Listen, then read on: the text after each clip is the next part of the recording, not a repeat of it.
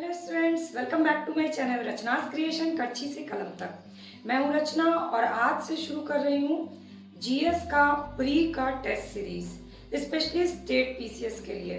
तो test series का जैसा कि मैंने लास्ट वीडियो में आपको बताया था कि मैं टॉपिक पहले ही बताऊंगी और उन टॉपिक्स के 130 क्वेश्चंस बताऊंगी। 150 नहीं, 130 क्वेश्चन। 150 इसलिए नहीं क्योंकि 10 क्वेश्चंस आपके स्टेट स्पेशल और 10 क्वेश्चन जो है आपके मैथ्स के होंगे। तो इस टेस्ट सीरीज में मैथ्स और स्टेट स्पेशल को कवर नहीं करेंगे, यानी 130 क्वेश्चंस को कवर करेंगे। एक टॉपिक जब तक बहुत अच्छे से कवर नहीं हो जाएगा तब तक उसका टेस्ट सीरीज कंटिन्यू रखेंगे। मैं आपसे क्वेश्चन पूछते जाऊंगी, आपको आंसर बताते जाऊंगी और आपका रिवीजन होते जाएगा। तो आज की टेस्ट सीरीज का टॉपिक है एंशिएंट हिस्ट्री में मौर्य काल, मिडाइवल हिस्ट्री में मुगल काल, मॉडर्न हिस्ट्री में कांग्रेस, ज्योग्राफी यानी भूगोल में है भौतिक भूगोल, भारत का भौतिक भूगोल, पॉलिटी संसद, इकोनॉमिक्स, मुद्रा and banking, current affairs September 2020, science में बायो और जीके के कुछ क्वेश्चंस होंगे। ये जो टॉपिक है ये किस आधार पे मैंने निकाला, ये आपने पिछली वीडियो में देखा होगा। ये किसी भी प्री के एग्जाम के लिए मोस्ट इंपॉर्टेंट टॉपिक्स हैं हर सब्जेक्ट में। एंशिएंट हिस्ट्री का सबसे ज्यादा पूछे जाने वाला सेक्शन है मौर्य, मिडाइवल का है मुगल, मॉडर्न का है कांग्रेस, ज्योग्राफी का है भौतिक भूगोल, पॉलिटी का है संसद, इकोनॉमिक्स का मुद्रा बैंकिंग, करंट अफेयर्स तो हम हमेशा बैक डेट से शुरू करना चाहिए इसलिए सितंबर से कर रहे हैं, साइंस का है बायो और जीके का भी मैं उसी अकॉर्डिंग क्वेश्चंस आपसे पूछूंगी। तो 130 क्वेश्चन के सीरीज का ये पार्ट 1 है। रोज 130 क्वेश्चंस के 130 क्वेश्चन का सीरीज ये कंटिन्यू रहेगा जब तक ये सारे टॉपिक बहुत अच्छे से तैयार नहीं हो जाएंगे। तो चलिए शुरू करते हैं आज की टेस्ट सीरीज। वीडियो को पूरी जरूर देखिएगा क्योंकि इसका फायदा आपको ही मिलने वाला है। टेस्ट लेने का पैटर्न मेरा वही है, 2 किताब एनसीईआरटी और 20 साल के बैक ईयर क्वेश्चंस को कवर करते हुए इन टॉपिक से क्वेश्चंस को निकालना आपके लिए। तो क्वेश्चन अगर आपको नहीं भी आते हैं तो आप उसको समझ लीजिए, याद कर लीजिए और जो सॉल्व हो जाते हैं तो बहुत अच्छी बात। तो चलिए शुरू करते हैं आज की टेस्ट सीरीज। तो सबसे पहले हम लोग कर रहे हैं भूगोल और भूगोल में कर रहे हैं भारत का भौतिक भूगोल, जिसमें आज है भौतिक विभाजन यानी भारत के प्राकृतिक प्रदेश। भारतीय स्थल पिंड किसका भाग है? ये क्वेश्चन भी पूछा जा चुका है कि भूतकाल में भारतीय स्थल पिंड किसका भाग था पहले। तो इसका आंसर है, आपको अगर याद है तो आप खुद बताइए, तब तक मैं लिख रही हूँ, गोंडवाना लैंड। दूसरा, विस्थापन के बाद ये स्थल पिंड जो है वो किससे टकराया था? तो विस्थापन के बाद आपको अगर इसका आंसर पता है तो आप मुझे मैसेज कर सकते हैं, लेकिन मैं आपको आंसर बता देती हूँ। तो इसका आंसर है यूरेशियन प्लेट से टकराया था। ओके, जब भारतीय प्लेट का विस्थापन हुआ तो वो जाकर के यूरेशियन प्लेट से टकरा गया। इसके बाद है भारत का सर्वाधिक स्थिर भाग कौन सा है? तो भारत का सर्वाधिक स्थिर भाग है उसका प्रायद्वीपीय भाग। ओके, और प्राचीनतम भाग कौन सा है ये भी क्वेश्चन पूछ सकता है। तो प्रायद्वीपीय पठार जो है वो भारत का प्राचीनतम भाग है, हालांकि नहीं पूछा गया, ये आपके लिए इंपॉर्टेंट है। पश्चिमी तट का निर्माण कैसे हुआ? तो पश्चिमी तट का निर्माण हुआ उत्थान और निर्गमन द्वारा। भारत को कितने प्राकृतिक प्रदेशों में बांटा गया? इसका आंसर आप सभी को पता होगा, 4 प्राकृतिक प्रदेशों में बांटा गया है। कौन कौन से हैं? उत्तर का पर्वतीय क्षेत्र, विशाल मैदान, प्रायद्वीपीय पठार और तट एवं द्वीप, ये 4 भाग हैं। इसके बाद भारतीय स्थल पिंड किस दिशा की ओर विस्थापित हुआ? ये भी 3-4 क्वेश्चन पूछा गया है। तो इसका आंसर है उत्तर दिशा की ओर विस्थापित हुआ। इसके बाद मेघालय पठार जो है वो कैसा है? कैसा इन द सेंस, उससे आपको ऑप्शन दिया जाएगा तो आपका आंसर होगा समतल भूमि है मेघालय पठार की। फिर भ्रंशन के बाद मेघालय पठार के पृथक कैसे हुआ? तो ये भारतीय प्रायद्वीप से मालदा गैप द्वारा अलग हुआ। इसके बाद हिमालय किस प्रकार का पर्वत का उदाहरण माना जाता है? तो हिमालय को माना जाता है वलित पर्वत का उदाहरण। नर्मदा ताप्ती जलोढ़ निक्षेप का निर्माण किस काल में हुआ? तो ये हुआ था अत्यंत नूतन काल में। ये पूछा जाता है, जैसे कि दक्कन ट्रैप का पूछा गया है क्रिटेशियस काल में। पश्चिमी घाट की उत्पत्ति हुई थी सेनोजोइक काल में और अरावली की उत्पत्ति हुई थी प्री कैम्ब्रियन युग में।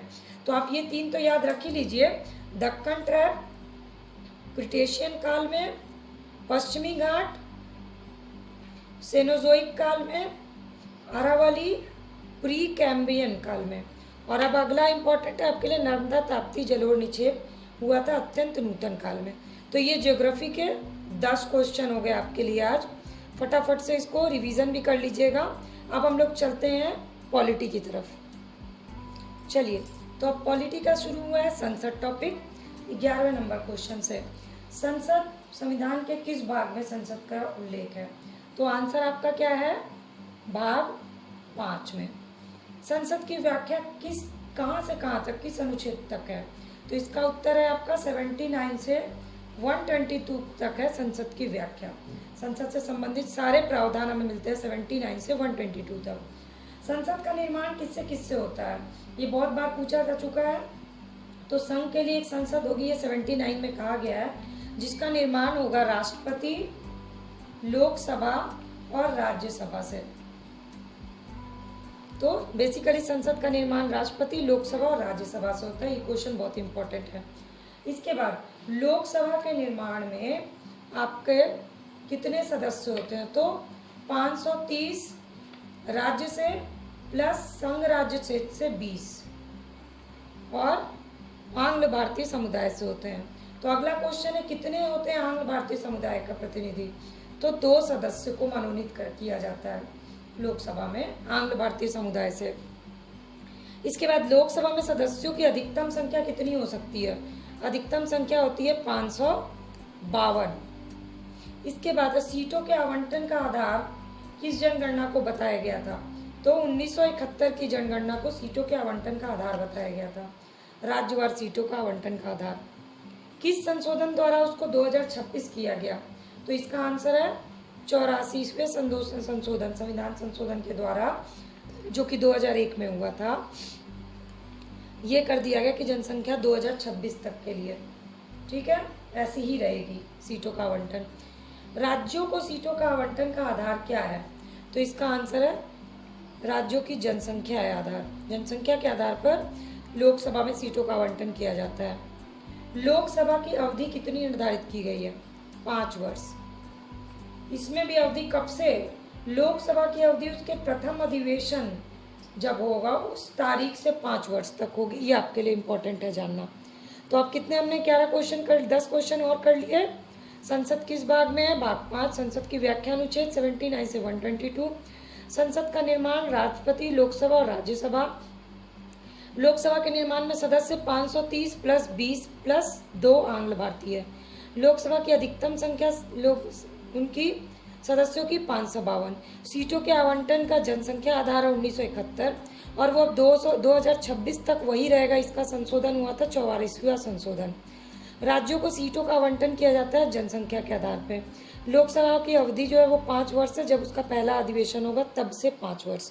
तो ये हो गया आपका पॉलिटी के 10 क्वेश्चन। अब हम चलते हैं इकोनॉमिक्स।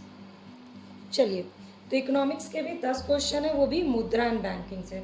सबसे पहले, भारत में मुद्रा की पूर्ति का नियमन किसके द्वारा किया जाता है? तो इसका आंसर है RBI, reserve bank of India के द्वारा। दूसरा, भारत में मुद्रा की पूर्ति के लिए कौन सी प्रणाली अपनाई गई है? तो उस प्रणाली का नाम है न्यूनतम निधि प्रणाली, यानी मिनिमम रिजर्व सिस्टम अपनाया गया मुद्रा पूर्ति के लिए। इसके बाद आरबीआई मुद्रा जो छाप सकती है, उसके तहत कितना करोड़ रुपया रखा जाता है आरबीआई में?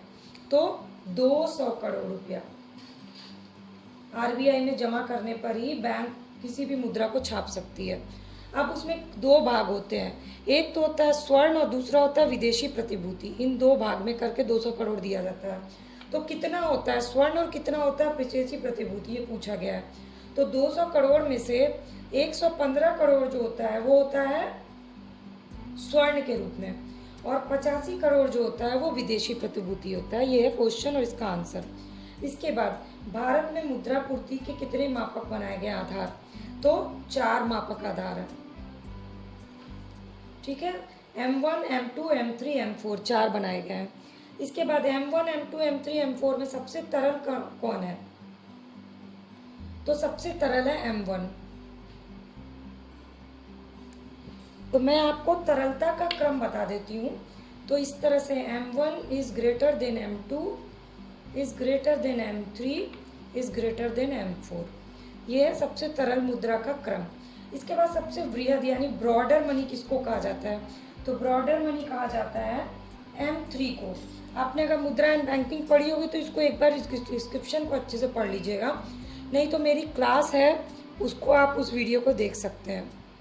अब अगला क्वेश्चन, सबसे पहला भारत में सबसे पहला बैंक कौन सा था? वो था बैंक ऑफ बंगाल 1806। ठीक, इसके बाद इंपीरियल बैंक ऑफ इंडिया, ये कब गठन किया गया? इसका गठन किया गया 1921 में। अब थोड़ा सा इसका डिस्क्रिप्शन बताना जरूरी है क्योंकि इससे क्वेश्चन पूछा जाता है। इसमें bank of Bengal, bank of Bombay, bank of Madras, तीनों को मिला करके इंपीरियल बैंक ऑफ इंडिया का गठन किया गया था 1921 में। और इसी को आगे चल के 1955 में SBI के रूप में राष्ट्रीयकृत किया गया। इसलिए ये आपके लिए वेरी इंपॉर्टेंट है। अब अगला क्वेश्चन है, प्रथम भारतीय बैंक कौन सा था? तो प्रथम भारतीय बैंक था अवध कमर्शियल बैंक 1881। तो ये हमने मुद्रा एंड बैंकिंग से 10 क्वेश्चन कर लिए। मुद्रा की पूर्ति नियमन कौन करता है? RBI। मुद्रा पूर्ति की प्रणाली कौन सी? न्यूनतम निधि प्रणाली। RBI में मुद्रा छापने के लिए कितना पैसा रखना पड़ता है? 200 करोड़। 200 करोड़ में कौन कौन से होते हैं? स्वर्ण और विदेशी प्रतिभूति। 115 करोड़ स्वर्ण और 85 करोड़ विदेशी प्रतिभूति। मुद्रा पूर्ति का मापक कितने तरह के हैं? 4 हैं, M1, M2, M3, M4। और ये सबसे उसका तरलता का क्रम है। सबसे वृहद मुद्रा कहा जाता है M3 को। सबसे पहला बैंक था bank of Bengal 1806। Imperial bank of India का गठन हुआ 1921 में 3 बैंकों को मिला के, जो बाद में 1955 में SBI बना। प्रथम भारतीय बैंक कौन सा था? Awadh commercial bank 1881। अब हम लोग करेंगे हिस्ट्री। हमने टोटल 30 क्वेश्चंस कवर कर लिए और अभी तक आप इस वीडियो को देख रहे हैं तो आपका क्या काम बनता है? फटाफट से लाइक बटन प्रेस करिए, अपने डाउट्स मुझे मैसेज करिए, कमेंट करिए। रोज इस टेस्ट सीरीज से अपडेट रहना है तो सब्सक्राइब या फॉलो बटन को क्लिक कर लीजिए और अच्छी लगी होगी वीडियो तो अपने फ्रेंड्स एंड फैमिली से शेयर कर लीजिएगा। और बहुत सारी वीडियो क्लास की अपडेट देखनी है तो डिस्क्रिप्शन बॉक्स में लिंक है, आप उसको देख सकते हैं। तो अब आगे करते हैं करंट अफेयर्स। पहले कर लेते हैं सितंबर 2020 का। सबसे पहले प्रणब मुखर्जी से क्या क्या क्वेश्चन बन सकते हैं, क्योंकि प्रणब मुखर्जी का अभी निधन हुआ। तो प्रणब मुखर्जी हमारे कैमरे राष्ट्रपति थे? पहला क्वेश्चन, वे हमारे 13वें राष्ट्रपति थे। प्रणब मुखर्जी को भारत रत्न किस वर्ष मिला था? तो प्रणब मुखर्जी को भारत रत्न मिला था 2019 में। प्रणब मुखर्जी कौन कौन से मंत्रालय से संबंधित रहे? तो वो थे केंद्रीय विदेश मंत्री, रक्षा मंत्री, वाणिज्य मंत्री और वित्त मंत्री। इन 4 मंत्रालय से प्रणब मुखर्जी संबंधित रहे। प्रणब मुखर्जी का जन्म किस राज्य में हुआ था? इसका आंसर है प्रणब मुखर्जी का जन्म पश्चिम बंगाल में हुआ था 1935 में। इसके बाद प्रणब मुखर्जी विदेश मंत्री कब रहे? ये क्वेश्चन इंपॉर्टेंट क्यों है? क्योंकि वो 2 बार विदेश मंत्री रहे। पहली बार 1995 से 96 और फिर से बने थे विदेश मंत्री 2006 से 9। इसलिए अगर पूछा जाएगा प्रणब मुखर्जी से क्वेश्चन तो यही पूछा जा सकता है। इसके बाद प्रणब मुखर्जी राष्ट्रपति कब बने? तो राष्ट्रपति बने वो 25 जुलाई 2012 को। अब ये हो गया प्रणब मुखर्जी से जुड़े इंपॉर्टेंट 6 क्वेश्चन। इसके बाद अगला क्वेश्चन है सितंबर का, एस्ट्रोसैट क्या है? भारत की पहली मल्टी वेवलेंथ स्पेस ऑब्जर्वेटरी है ये एस्ट्रोसैट। तो अगर क्वेश्चन पूछा जाता है कि भारत की पहली मल्टी वेवलेंथ स्पेस ऑब्जर्वेटरी कौन सा है, तो इसका होगा एस्ट्रोसैट आंसर। ये क्या है? इसने पृथ्वी से 9.3 बिलियन प्रकाश वर्ष दूर स्थित एक आकाश गंगा से अत्यधिक UV प्रकाश का पता लगाया है, इसलिए ये एस्ट्रोसैट जो है इम्पोर्टेंट हो गया। अगला है AUDFSO-01। ये क्या है?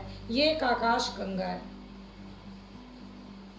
जिसका पता एस्ट्रोसैट ने लगाया है, इसलिए ये इम्पोर्टेंट है। Inter union centre for astronomy, इसी ने इसका प्रक्षेपण किया था। IUCAA इसका प्रक्षेपण किया था 2015 में। तो उसी प्रक्षेपण के दौरान एस्ट्रोसैट का प्रक्षेपण किया गया IUCAA द्वारा और एस्ट्रोसैट ने खोज निकाला आकाश गंगा को, जिसका नाम है AUDFS-01। इसके बाद डॉक्टर कनक साहा किस क्षेत्र से संबंधित हैं?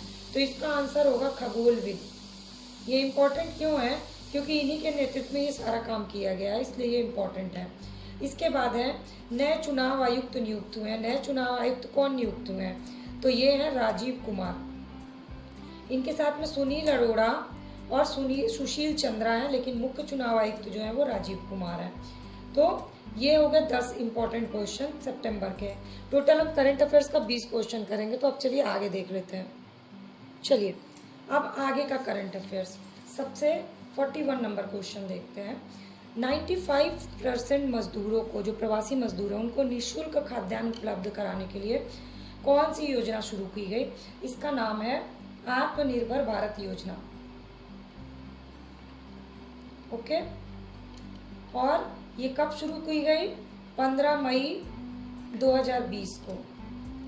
इसको बोलते हैं ANBP, आत्मनिर्भर भारत योजना। 15 मई 2020 को 95% प्रवासी मजदूर को निःशुल्क खाद्यान्न के लिए। इसके बाद है one nation one ration card के तहत किन 2 जगहों को अभी शामिल किया गया है? तो इसका आंसर है लद्दाख और लक्षद्वीप।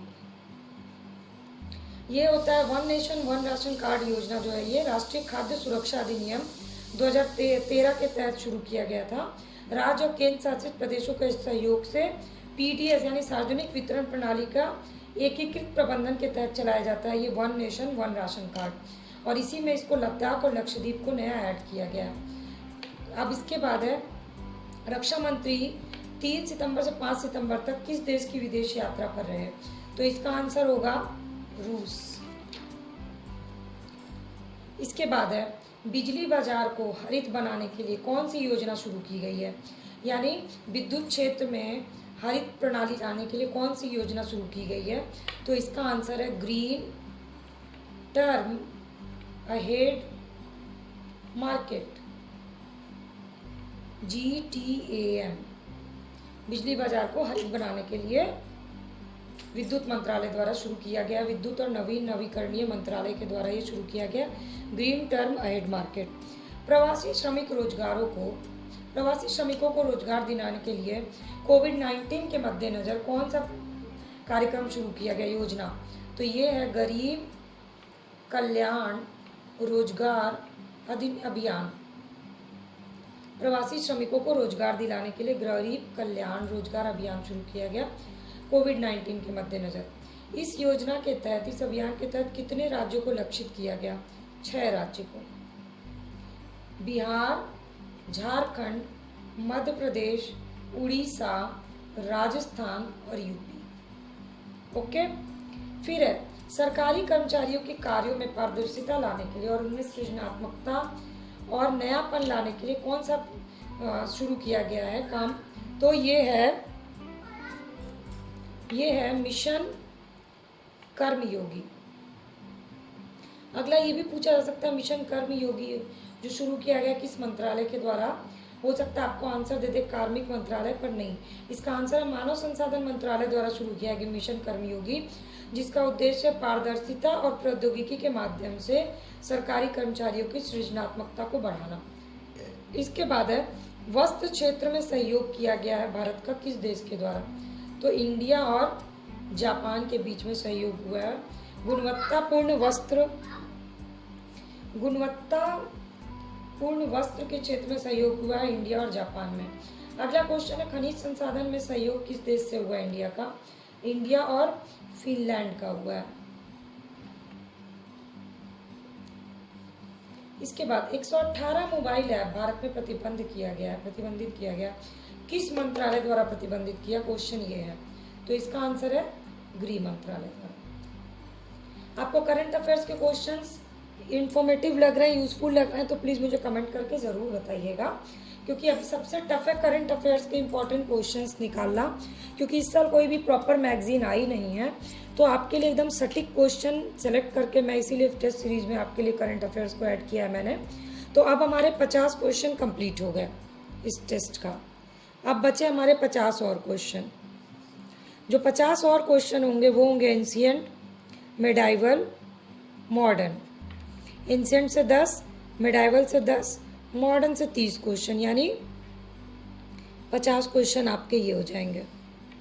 ओके, और इसके बाद आपका होगा जीके और साइंस बचेगा, जिससे हमारे क्वेश्चन होंगे 20।